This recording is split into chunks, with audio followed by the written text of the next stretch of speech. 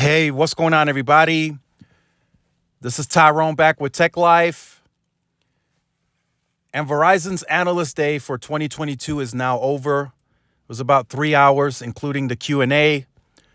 So we got lots to cover, so make sure you grab your popcorn, snack, coffee, drink, whatever it is that you guys may like. Make sure you grab it, because we got a lot of stuff to talk about and to cover in this video, and then, of course, in the comment section as well, because there's going to be a lot of opinions about today's Analyst Day from Verizon. And of course, there's several more to come. Got T-Mobile presenting March 9th, Dish on the 10th of March, and then AT&T on the 11th.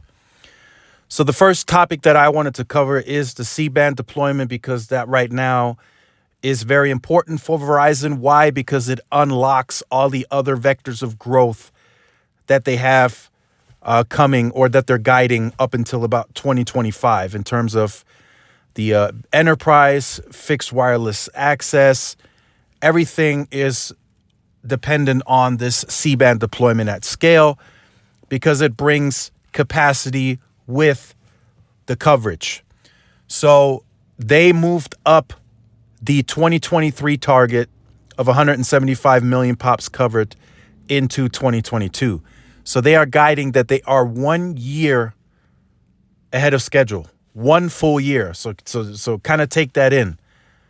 1 full year ahead of schedule. So why is that significance? Why is that of matter? 175 million within the top 46 where they can actually deploy right now. Of course, they did not discuss any early clearance at this Analyst Day, because you can't guide something that hasn't happened yet. So there's about 191 million points of presence to cover within the top 46. Verizon's going to cover 175 million of that by the end of this year. That means about 85 to 90% of all sites within the top 46 PEAs are going to have C-band hanging on them. That's super, super insanely ambitious. To kind of put that in perspective, T-Mobile does not cover 175 million within the top 46 today.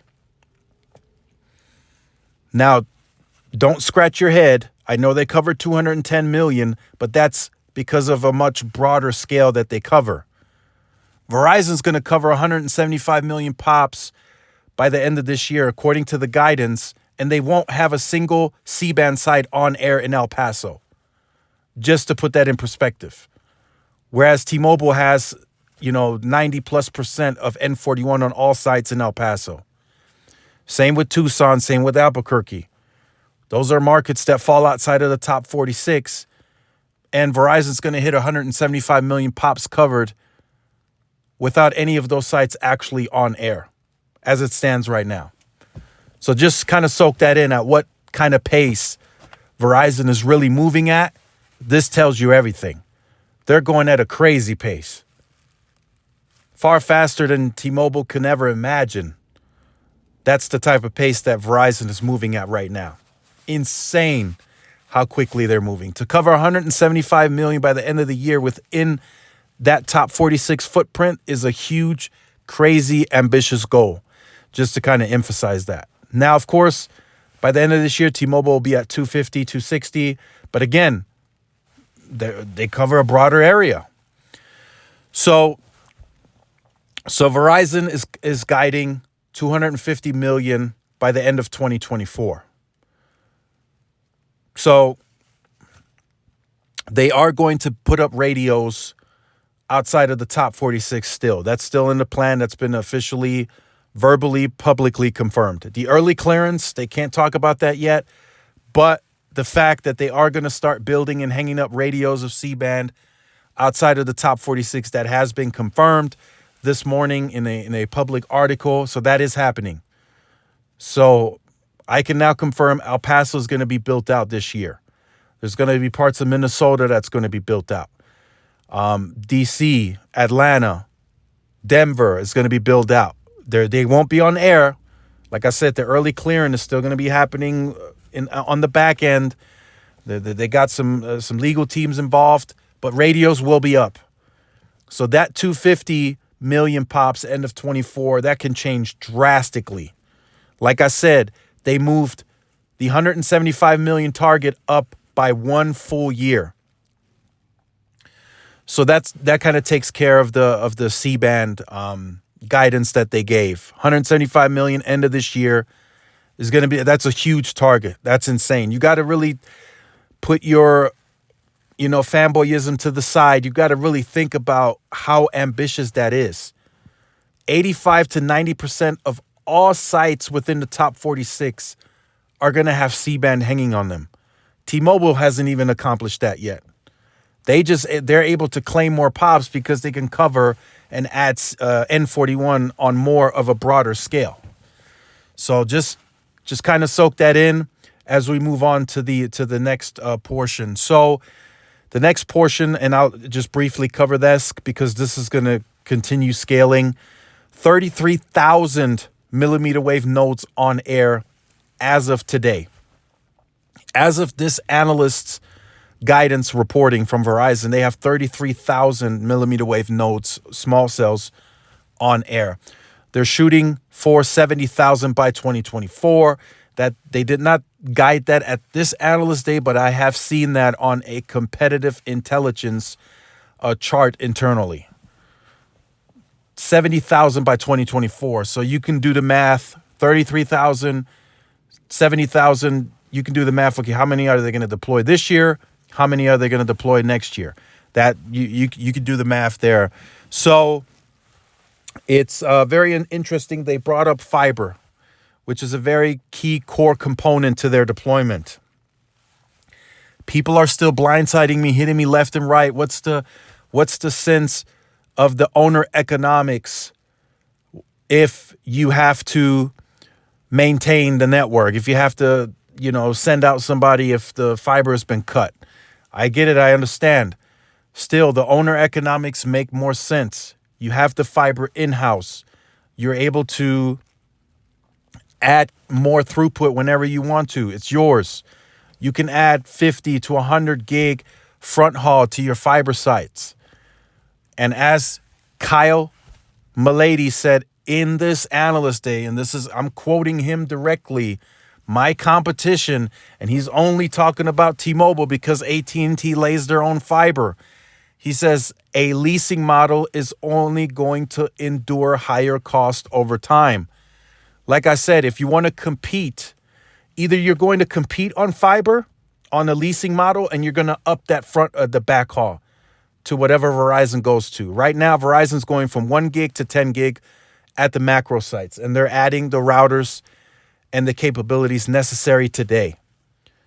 If T-Mobile wants to compete with that, they got to do the same. And guess what? They're going to endure cost.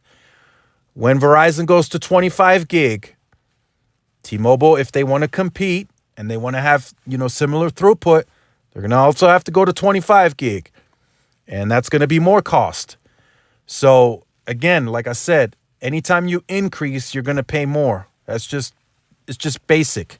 You don't have to have a business degree to figure out that if there's an increase to something, you're going to pay more. You don't ever increase in the business sense and your price goes down.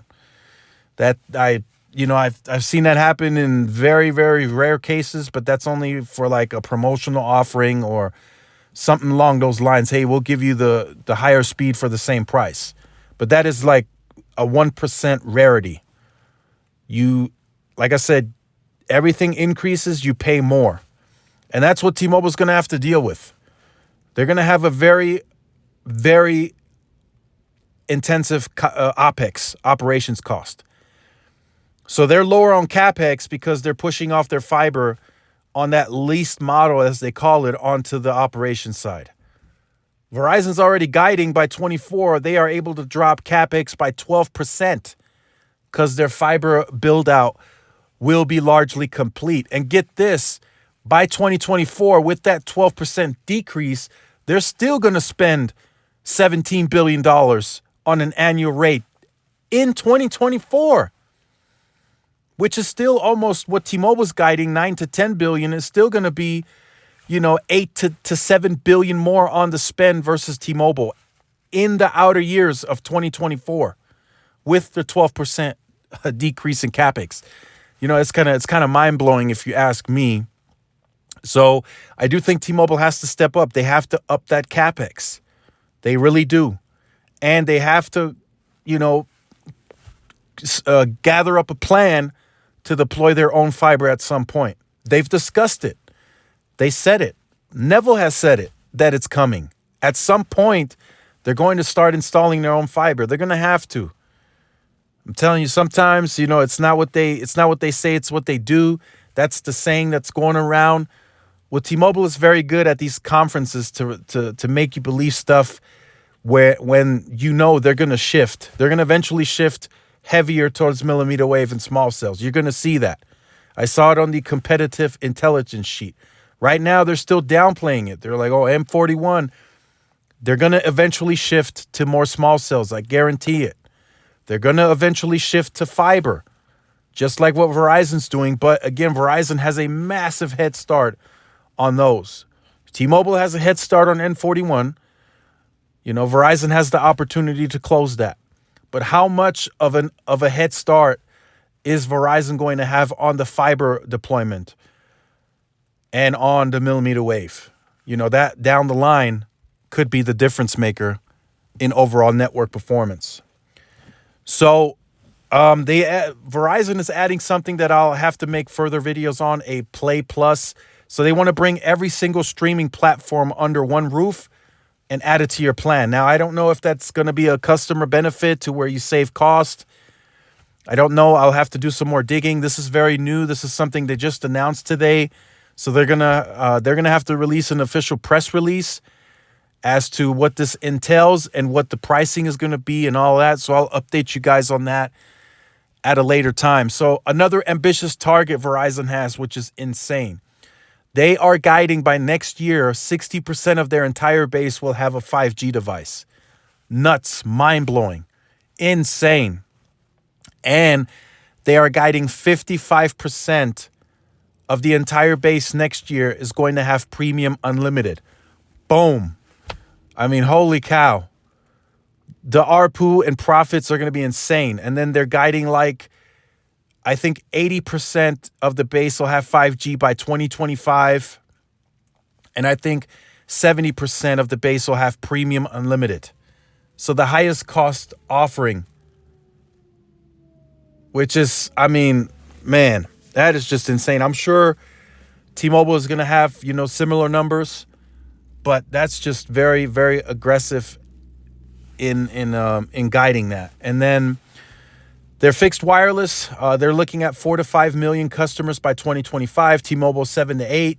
So I think they both beat those numbers. I think actually Verizon ends up at around 6 to 7, and T-Mobile at more like 9 to 10. That's just my opinion, but we'll further see how that goes as the competition heats up in that department. I don't think cable is going to sit there and watch this guidance by 2025 and not respond and just allow that to happen. So eventually cable, if the pressure is there, they're going to have to respond somehow. They're going to have to do cheaper prices, better promos, fix their product, deploy fiber, get away from DOCSIS 4.0. That's essentially the moves that they'll have to make to compete against this product, especially Verizon. They're really building that fixed wireless network. Like I said, T-Mobile, I said it in previous videos, T-Mobile is allowing use of the access capacity.